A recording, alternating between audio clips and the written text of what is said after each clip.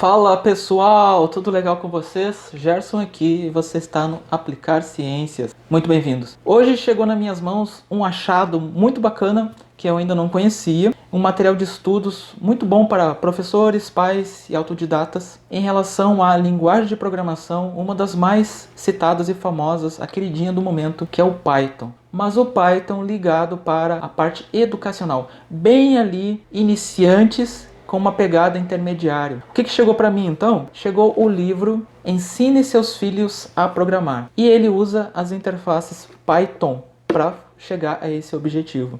Então no vídeo de hoje eu vou fazer com vocês uma análise do conteúdo, vou falar sobre os aspectos físicos do livro, o que nós achamos da obra, o que foi interessante, pontos fracos e fortes. Eu gostaria de escutar também aqui nos comentários de vocês, escutar não, ler, se vocês já têm esse livro, o que vocês acharam dele, alguma pergunta de algo que talvez não expliquei muito bem. E já adianto para vocês que material sobre Python em português a gente até encontra, mas com essa vocação assim mais didática, mais sala de aula, mais aprendiz mesmo, é raridade em português. Então só por conta disso eu já quero pedir o teu like e também se não é inscrito no canal e veio aqui só porque estava fazendo uma pesquisa e acabou me encontrando, eu peço de coração que você se inscreva no canal e me ajude assim a divulgar cada vez mais. Combinado?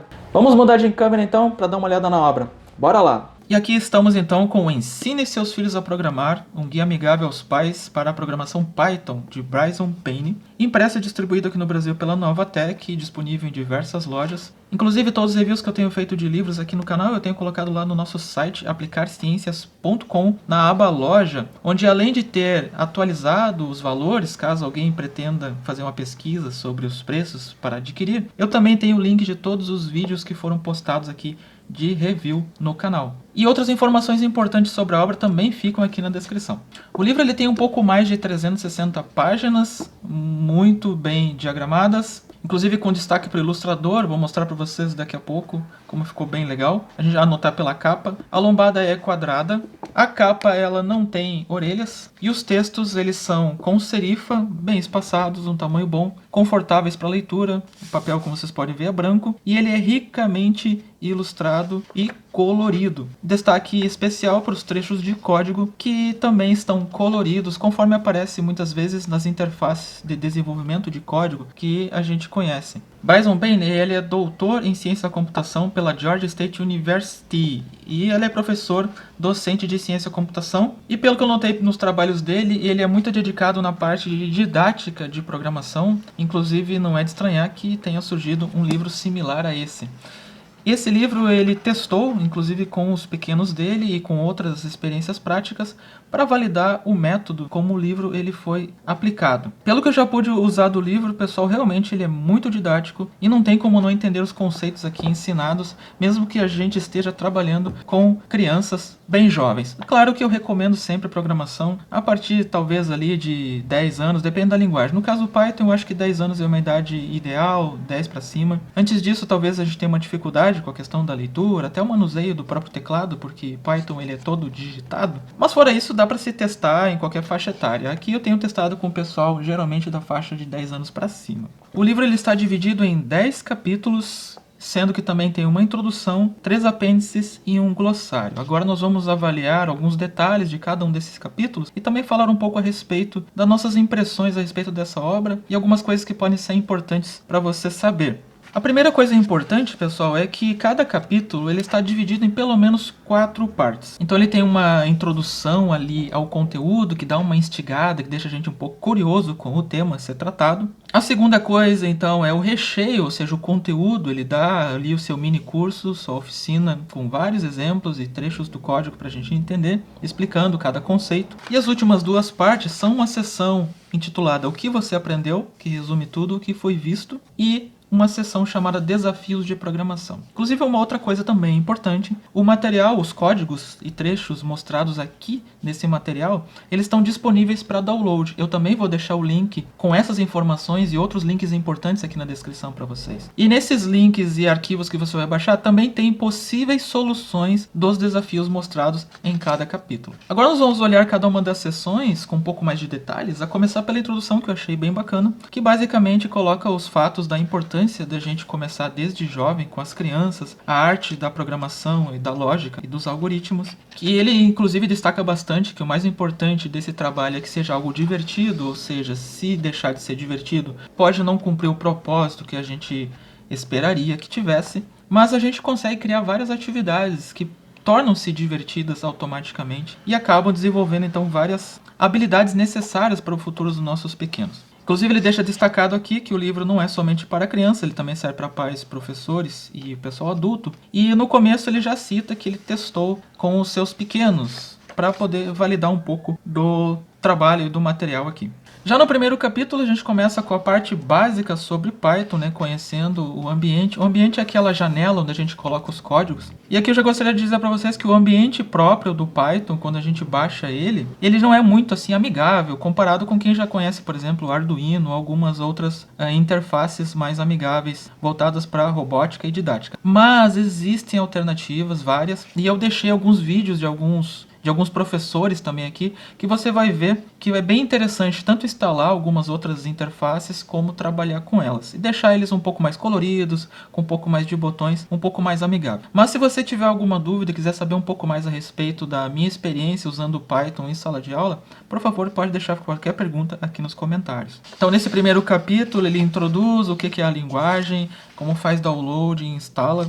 Tem um apêndice dedicado, inclusive no final, o apêndice A eu acho que é para Windows e o apêndice B ele é para instalação em Linux ou Mac, se eu não me engano. E aqui ele dá detalhes já e alguns primeiros trechos de código pra gente já ir brincando. No capítulo 2 já começa a ficar ainda mais divertido, porque a gente começa a trabalhar já com gráficos. Tem uma tartaruga, sim, é assim que chama Turtle, e ela ajuda a gente a fazer desenhos em tela, fazer gráficos, e é bem interessante. Já dando um spoiler do capítulo, a gente consegue inclusive usar essa ferramenta para resolver problemas matemáticos e gráficos em sala de aula. Aqui ele introduz alguns conceitos sobre variáveis, inicialmente, também sobre textos, mas ele tem um capítulo específico voltado para isso, que é a partir do capítulo 2. E é bacana aqui que ele começa, além de começar a trabalhar com variáveis e explicar um pouco mais dos conceitos de código, ele ensina a gente a resolver problemas de matemática, operadores e de lógica. Aqui ele dá mais uma aprofundada a respeito dos textos também. E cita inclusive que o Python pode ser usado para resolver aqueles problemas que a gente tem de dever de casa para entregar na escola.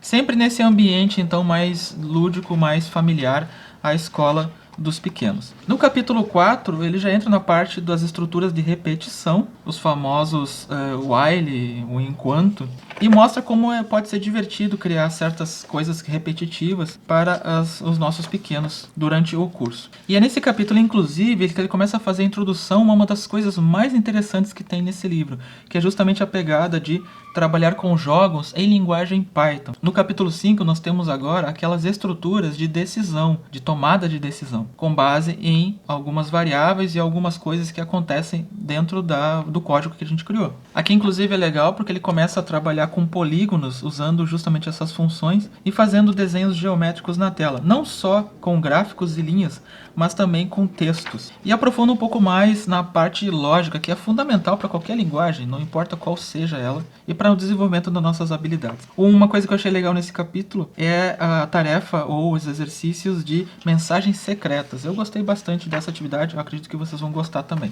O capítulo 6, então, agora sim, ele mete o pé na jaca e vamos à diversão e jogos com aleatoriedade. Aqui ele entra nos conceitos já de estatística e probabilidade e sorteio de números e coisas assim interessantes. Já começa a criar um pouco mais de corpo. Um dos jogos desse capítulo é o pedra, papel, tesoura, por exemplo, mas tem outros. Inclusive aqui nesse capítulo ele trabalha também com coordenadas cartesianas, o que é algo muito importante para criar a tela dos nossos jogos. O capítulo 7 ele dá um pouco mais de incrementado então agora no nosso conhecimento, entrando com a questão das funções, que são blocos de código muito interessantes, que além de deixar o nosso código mais dinâmico, deixa ele muito mais bonito também. É aqui nesse capítulo que a gente vai se aprofundar ainda um pouco mais nos desenhos, na criação de desenhos. E também tem uma coisa aqui que é muito importante importante para, inclusive, criação de jogos, que é o conceito de eventos. Como nós tratarmos eventos, como aquelas coisas que acontecem durante o jogo, com interação entre personagens. Uma coisa que eu gostei bastante aqui, que a gente usa os gráficos cartesianos, inclusive, para fazer alguns desenhos bem básicos e aprofundar um pouco mais. E aproveitando o gancho aqui do capítulo 8, que entra com a parte de contagem de tempo e animações nos nossos jogos ou gráficos, por exemplo, eu acho que é uma boa hora para comentar com vocês algo que me deixa bastante animado, que é justamente as placas BBC Microbit, essas plaquinhas aqui. Inclusive essa aqui é a versão V2, mas tem a V1 que funciona exatamente do mesmo jeito. E existe um ambiente de programação bastante amigável para usar a linguagem Python, que é justamente para programar essas plaquinhas. Elas podem ser programadas em blocos, aqueles bloquinhos de encaixar, ou elas podem ser programadas em linguagem Python ou mesmo em JavaScript. Eu tenho outros vídeos aqui no canal falando a respeito dessas placas, desses ambientes. Dá uma conferida aí no canal, talvez eu deixe nos cards aqui em cima no vídeo, dá uma conferida. E inclusive foi por conta de conhecer um pouco essas plaquinhas que eu me interessei mais pela linguagem Python e me aprofundar a respeito dela. A gente pode fechar esse capítulo 8 já dizendo que é aqui que também entram os conceitos sobre colisão